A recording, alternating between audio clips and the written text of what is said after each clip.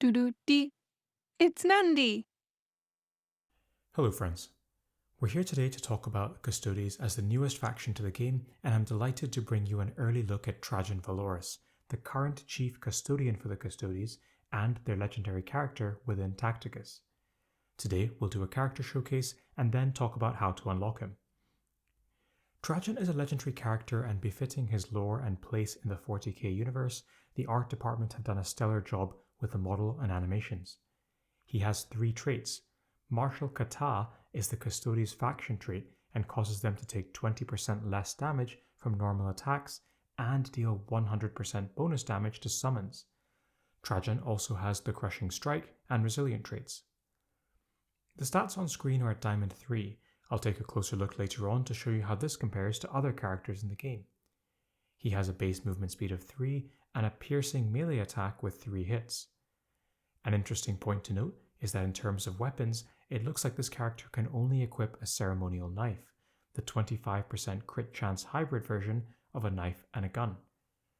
His active ability is called Moment Shackle. This heals Trajann for a portion of health and gives him bonus block chance and block amount. If an enemy moves from a hex adjacent to him, he then does bolter damage to them, and this works in a similar way to Angrax's passive.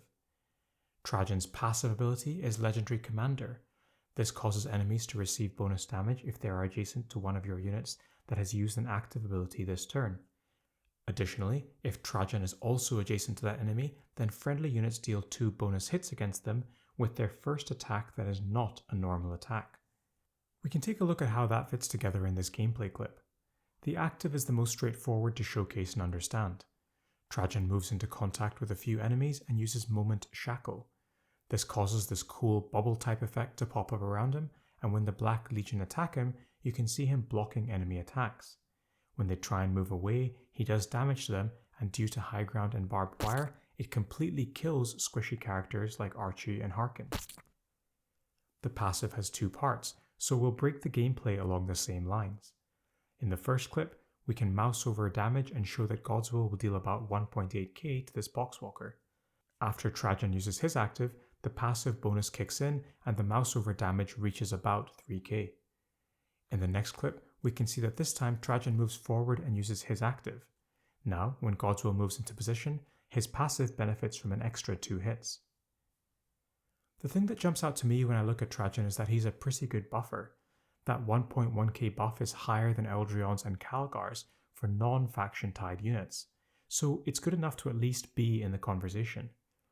The difficulty is that you have to have a unit use its active first, and to benefit from this for every single round of a raid, you need to stagger your uses of your active abilities, or have a unit that can use its active multiple times per battle. Let's take a look at each of the existing raid meta teams to see if anything jumps out. We can straight away discount the Psyker Team. Although you might think that the Neurothrope could benefit from a triple hit from Trajann's passive, unfortunately the text on the bottom of Spirit Leech means that it cannot be modified. The Mech Team is a tempting option, but there are a few things to point out. As you'll see here, only the first activation from Tankita triggers Trajann's passive. Also, the AdMech often use their actives in the same turn, where there is a critical mass of summons built up to have an explosive burst of damage. Finally, Trajann's passive only starts to work after an ability is activated. For the Mech Team, there is not an insignificant amount of summon attacks who move and attack and trigger Exeter row before you actually get to use your own characters, so the 1.1k damage buff doesn't actually apply to a reasonable number of attacks. With that being said, I went and tested it out, and actually the numbers look pretty similar to existing Mech Teams. I hope that the side-by-side replays aren't visual overload, but I wanted to illustrate my point by still giving you something useful. You'll see me pointing out the turns in which I used active abilities, and instead of having one big combo turn, you just have to think about how to sequence your character's abilities in order to maintain that 1.1k damage buff at all times. These replays aren't perfect, but they're just here to give you a feel for how the fights might go, and you can see the damage totals rising on the bottom. We end up on around 1.2 million against the Legendary 4 Sarek, and just over 9 million against the Legendary 2 Avatar. On this slide here, we can see where those values stack up against how my guild, the Alpha Legion, did against those bosses a few seasons ago.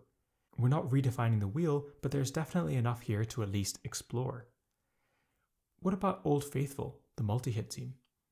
The best versions of this team use a double War Howl to deal a big amount of damage on turn 2, usually combining with Galgorts for an even bigger burst of damage on turn 1. This team front loads all of its damage, and Trajann's passive doesn't gel well with that, because for him, you want to spread out your active usage for every turn of the fight. I'll go over this more in the Carrion showcase, but I actually think that Trajann might be the focus of a new multi-hit team that looks at rapid assault characters who have the ability to space their actives out. Karn is an interesting case to talk about in the context of Trajann because his active, Kill, Maim, Burn, has 3 parts to it. At the moment, every single part gets the +2 hits, but this is considered to be not how the interaction should be and will be rectified or getting nerfed in a future patch. It will just give the first part of the ability, the piercing hit, 2 more hits. I'm doing my usual AI showcase for the character here. In PvP, Trajann is reasonably tanky and uses his active fairly liberally. The Martial Kata faction trait does a lot of heavy lifting. Having talked through his kit and showcased his abilities, here is a summary slide that shows the abilities and stats of Trajann at various cutoffs. Feel free to pause or screenshot if you'd like. The character is summarized on screen in my usual infographic style. The numbers on the right are at Diamond 3. Tawan, Tacticus Ambassador and Friend, has run those comparatively against existing characters. Trajann has excellent defensive stats, with health and armor both in the 86th centile. When you remember his Martial Kata further reducing damage, Trajann is going to end up super tanky.